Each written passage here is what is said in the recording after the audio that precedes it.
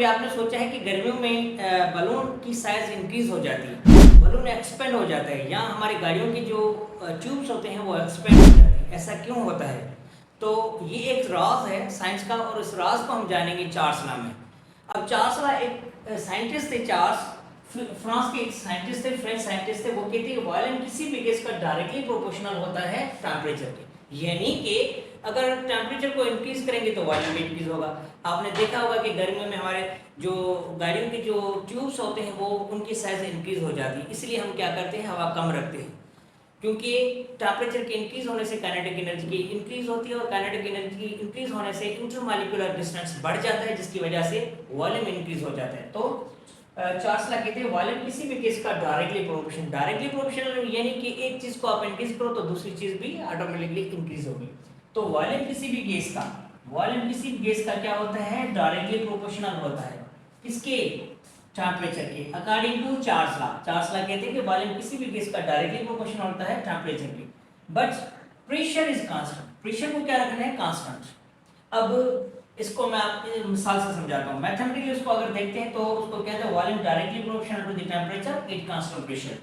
अब V stand for volume, T stand for temperature, and volume directly proportional होता है temperature के।